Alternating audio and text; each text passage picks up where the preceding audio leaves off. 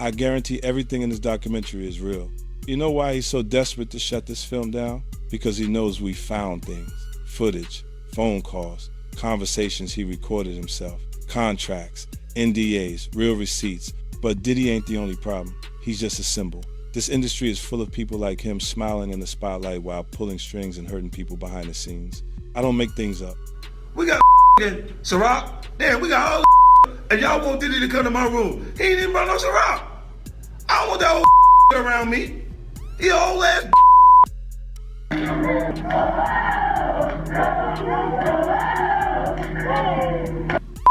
African champ. Ain't no more team. What is Puffy doing?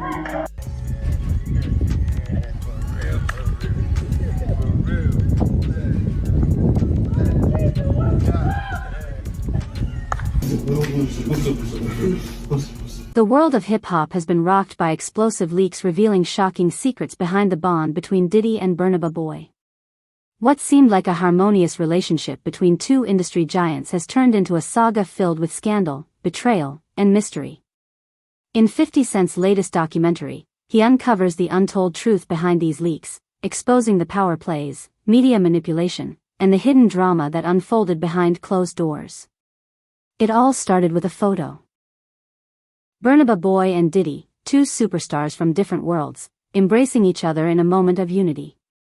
What seemed like a symbol of musical collaboration quickly became the focal point for one of the biggest controversies in music. When Diddy's legal battles erupted, that picture took on a darker tone. I just want to say, I know a lot of people want to hear these stories and everything like that, because this is stuff that happened back in the day. And then maybe that if they knew there was going to ever be a YouTube, or they knew there was going to ever be social media, a lot of the stuff probably wouldn't have got played out like it did. But things happen, and these are just stories from the past. I would like to use that as, what you call that, just to clear the facts up what's going on. But it all started, we was in Atlanta. And this story starts when I'm with Puff, and he's in exotic bookstores and he's doing shopping, right? He's shopping, getting his stuff and everything like that. So, you know, this is the first time I was ever in an exotic bookstore with Puff. So, you know, I'm giving him his space. He's taking things off the shelves and stuff like that, because they gave him a brown paper bag. When they gave him a brown paper bag, he was just putting stuff in there. So I said, damn, you know, he got to go put it on the counter and, you know, show everybody what he's getting. So as he going, I'm just looking at the places where he picking stuff from. So there's one part he picked up some things from up here on my left side, and then he picked like quite a few of them down. I was like, okay. He put them in the bag. So when I went by there and I looked up there, and it said butt plugs, and I was like, hey yo, I was messing with him, because people don't understand, you know, we was like friends. He was a part of the same gang, so I'm still gonna tease him. I'm still gonna mess with him and everything like that. I could do that. It wasn't just no security thing. So I say, yo, what are you getting this for? And it said butt plugs, and he was like, yo, can I do my shopping by myself? I said, yeah, you could do it by yourself, brother. And he started walking and everything like that. So when he got to, I just waited at the counter. So when he got to the counter, he didn't even have to show the guy nothing. He just gave the guy a wad of money. I mean, like, he gave the guy a stack, something like this. And Puff wasn't the dude that carried no 20s and no 50s and nothing like that. And I mean, like, he just said, boom. And we walked out the store. Burna Boy, a global force in African music, and Diddy, a mogul who could shape and shatter empires, came together to create something legendary. Their collaboration on Twice as Tall was a game share, earning them a Grammy and marking Burna's biggest international success. But behind the accolades, cracks began to appear. Was the bond between Burna and Diddy truly based on mutual respect? Or was there a hidden agenda beneath the surface? 50 Cent breaks down how their partnership was much more than just music. It was a complex mix of business, power, and ambition that led to unintended consequences. So we had to leave Atlanta and go to North Carolina for a show. You understand? And It was him, this rapper, Sarah, and this other girl. We all got on a G5 jet, and we flew to G4 jet, and we flew to North Carolina. So later on that, I think that afternoon, same day, this rapper and him, they all in the room together. You know, it's Sarah, the girl, Puff, and this dude, this rapper. So I'm hearing at the door and stuff like that, like, yeah, so then next thing you know, somebody rang the doorbell. We had the presidential suite where we was at. So I opened the door and the dude said, yo, I'm here for my cousin. I said, who your cousin? And he said, Ja Rule. I said, well, he busy right now. He said, he busy doing what? I said, he with Puff, they're in the room, they busy, they don't want to be bothered. He said, well, I'm going in there. I said, bruh, you ain't going in there because he told me they don't want nobody to be bothering them. He was like, yo, I don't care, man, I'm going in there. That bull like that. I said, yo, bruh, Jesus Christ had to come down here and take the air out of my body before you get in that room right there. Watch. He tried to bum rush me. I grabbed him and threw him against the piano. When I threw him into the piano, Puff and Ja Rule runs out the room. Puff got his towel, Ja grabbing his towel, but they butt the naked. And so then Ja was like, yo, what's going on? Yo, G, that's my cousin. He know me well, you know, and Puff was like, yo, G, what happened? I said, he tried to get in the room. I told him he couldn't get in the room. And he was like, he just looked, Puff looked at Ja. He said, yo, Ja said, you ain't want to go in that room because there's a lot of freaking going on. So I was like, oh, he said it was a lot of going on. So that was basically that story, man. You know what I'm saying? They went back in the room, dude felt a certain kind of way, and he left out. So I seen them at the concert the next day, and they tried to, you know, form up against me. But my man Frank was like, I told my man Frank, I was like, yo, Frank, put yourself in that position. Somebody trying to get in the room, and Ja told you don't let nobody get in the room. What would you do? Now, y'all can do whatever y'all want to do, man, but you know I ain't taking no losses. He said, yo, you good, and that was it. Bruh, when Ja said, you don't want to come up in there, a lot of freaky stuff is going on. As rumors of a tape began to spread, the tension surrounding their relationship reached new heights. This wasn't just gossip. It was a ticking time bomb. Allegations of secret manipulations, shady business deals, and betrayal filled the air. Burna Boy stayed silent, refusing to engage. But in the age of social media, silence is often seen as guilt. As the rumors grew louder, Burna found himself caught in a whirlwind of speculation. 50 Cent explores how silence, rather than clearing Burna's name, only fueled the fire. When your story is controlled by the public, it's no longer you. That's crazy, bro. So now, you think certain politicians, you think certain actors, actresses, they drinking, smoking, we know they love pink cocaine. You know they got weed all in the air. They dropping ecstasy pills, they dropping some other kind of sexual pill. Man, do you think he ain't got nobody on tape, bruh? So now, can y'all go get those tapes? If he was blackmailing Cassie, and Cassie's mother had to give him $20,000 for her tapes allegedly, you think he ain't bribing nobody else? Or people ain't worried about that that they gotta do business with him because they know what they did at the Diddy party? So those tapes was important.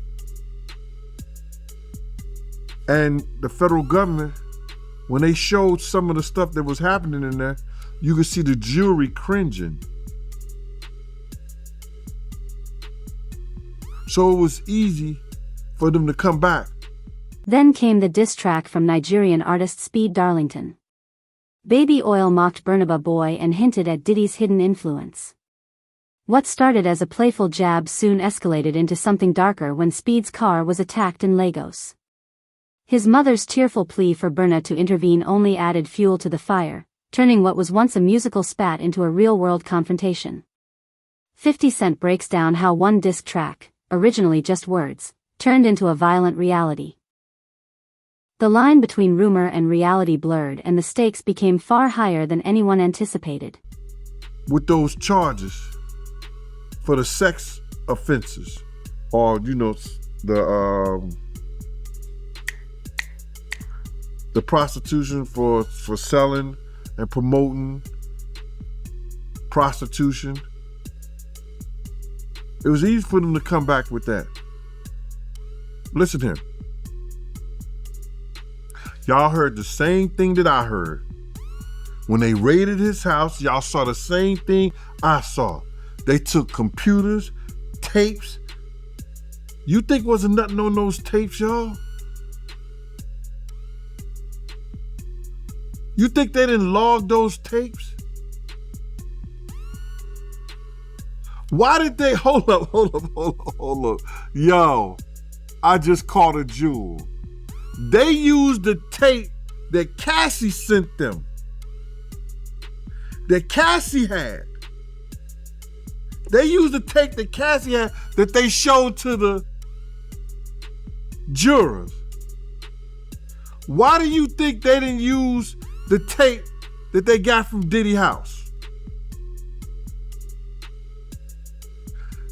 Because that would have them had to log that in. It would have been public record. And at one given time, when it's a public record and out of this trial, you could go see it. You could go get those tapes, copies of those tapes, because it's public record. With those charges for the sex offenses or on the prostitution for selling and promoting prostitution. It was easy for them to come back with that. Listen to him. Y'all heard the same thing that I heard when they raided his house. Y'all saw the same thing I saw. They took computers' tapes. You think wasn't nothing on those tapes, y'all? You think they didn't log those tapes? Why did they hold up? Hold up. Hold up. Hold up. Yo, I just caught a jewel. They used the tape that Cassie sent them that Cassie had. They used the tape that Cassie had that they showed to the jurors. Why do you think they didn't use the tape that they got from Diddy house? Because that would had to log that in. Do they take the massage oil with them when they go? No. They just walk out to people who are being arrested. If you ever seen a person getting arrested and the people being arrested in those brothel houses, do they take out the stuff in the brothel houses? No, they don't. They take the individuals who are being arrested out the brothel houses. For them to take 1,000 bottles of baby oil, it's like that they did not leave one. They left people there, but they ain't leave not one bottle. Nobody needed no baby oil. So my whole thing about it is that there was something in that other than baby oil. That's why they took all the bottles. And 9 times out of 10, if I would give it a wild guess, it was, and like some of the people told me, it was probably that GHB. What's that? I think it's gamma hydrox.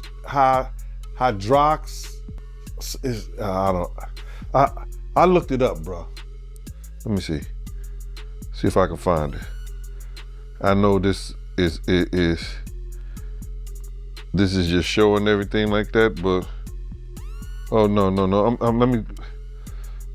Yo, somebody tap dance or sing or do something, you know what I'm saying, while I'm doing this. Oh, here it go right here. It's gamma hydroxy butyrate. Behind the scenes, Burna Boy worked tirelessly to manage the damage. His legal team scrambled to handle the fallout while Burna himself vented his frustration on Twitter. Each tweet, though meant to deny the rumors, only seemed to reinforce them. Fans began to pick apart his lyrics, searching for hidden messages that could explain the leaks. What was once art became evidence, and Burna's career was suddenly in the crosshairs. 50 Cent dives into how Burna's own creative expression became a double-edged sword.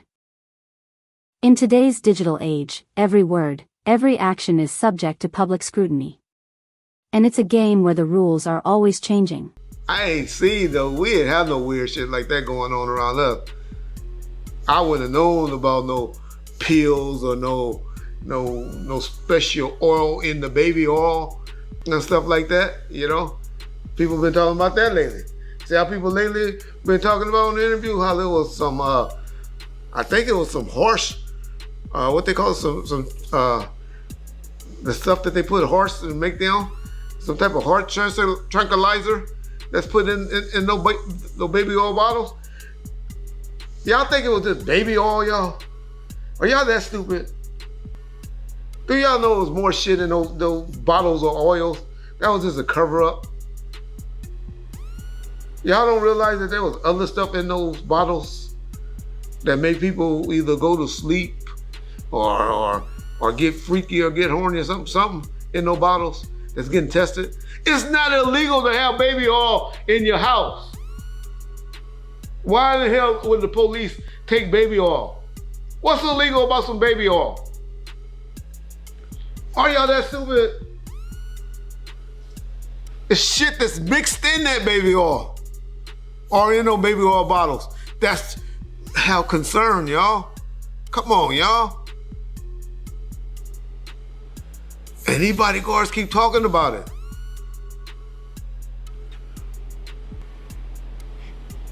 They better shut up. They better shut up. Y'all need to go in there and tell them, stop.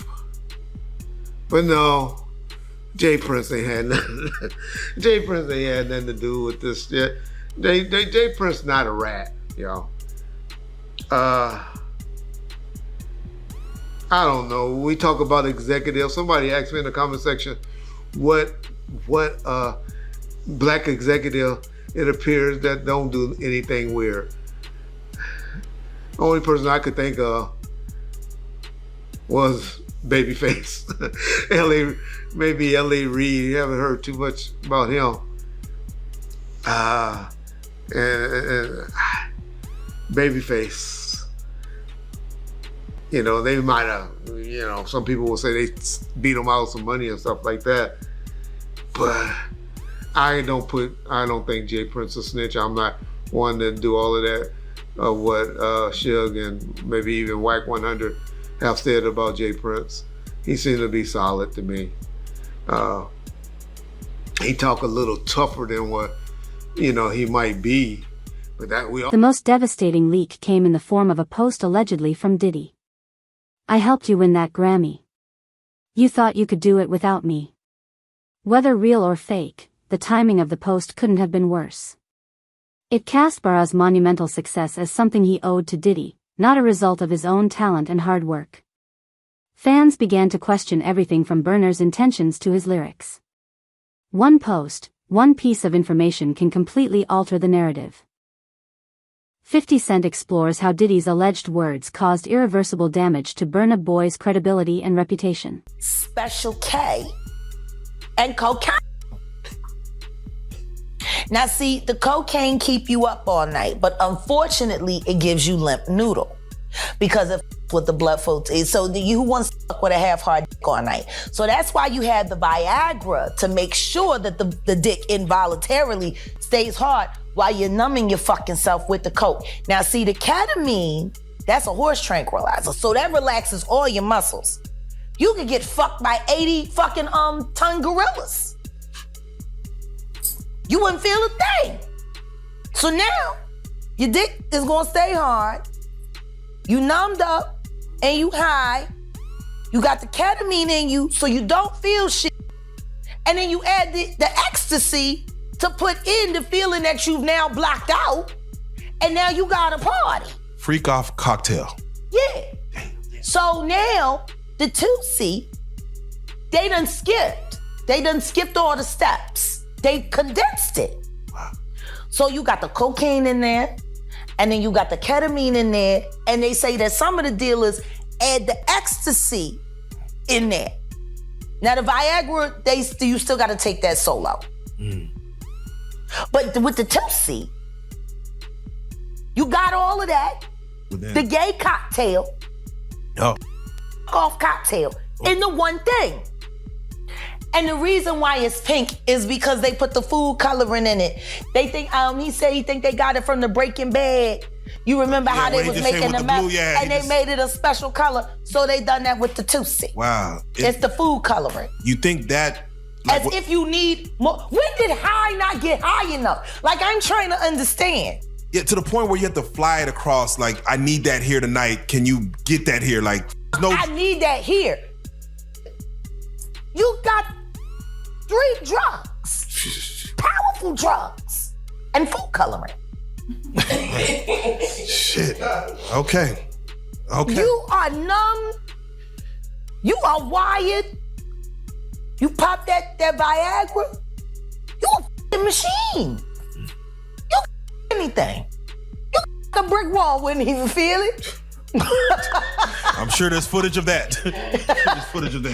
Like real rap. Like that right there is like, that's like, you know, cut me open right now, man. I ain't even gonna bleed. Like, it's wild. Like this 2C shit. Now I see how Young Miami can take all that pressure. She on the 2C. They be thinking these is over here like killing the game. They don't feel nothing, that's why they do it. Okay? As Diddy faced legal charges and Burna Boy retreated from the spotlight, the world was left to wonder, was Burna simply a victim in this tangled mess, or was he complicit in something larger? Fame, it turns out, is not freedom. It's a game of survival. The truth is elusive, and sometimes it's easier to accept the myth than to uncover what's real. 50 Cent reflects on how fame isn't a privilege, it's a trap. Burna and Diddy, despite their success, both paid a heavy price for their place in the spotlight. So who's next? Y'all don't see the lineup? Yeah, we see the lineup. I'm just waiting to see who's next. Jay-Z is setting Diddy up. Why is everyone having such a hard time? He ain't doing shit different. He lined up D-Haven, stole his life and identity. He lined up Big L, stole his life and identity. He lined up Dame Dash, stole his life, identity, and took his love. Lined up R. Kelly. He wants to be the one. Yeah, shout out D-Haven. He actually hit us up, wanted to tell this story. You need to talk to D-Haven. Yeah, we need to talk to him. I told you that last year when I put you on the phone with him. You did. And then got ran into, and then I got thrown in a hospital by my insane husband, who's working for YouTube to make his mama proud. So wait, Jag, I'm just curious because with Diddy... You mean? With Diddy settling within 24 hours, which has never been heard of, 30 million, or the lawsuit was 30, undisclosed amount. But he knew for 30 days that shit was fitting to happen. Within 24 hours. He could have paid that 30 million before. Yeah, why? Let that hit the fan. Did he? Because he's Diddy. He called a bluff? Because yeah. He should have enough money to check. He put the boots to that girl. She's supposed to be a good bitch. No matter who she with. All the time he putting a groom in her. Of course he thought it was still gonna work. He thinks he's God. All right. He ain't doing shit.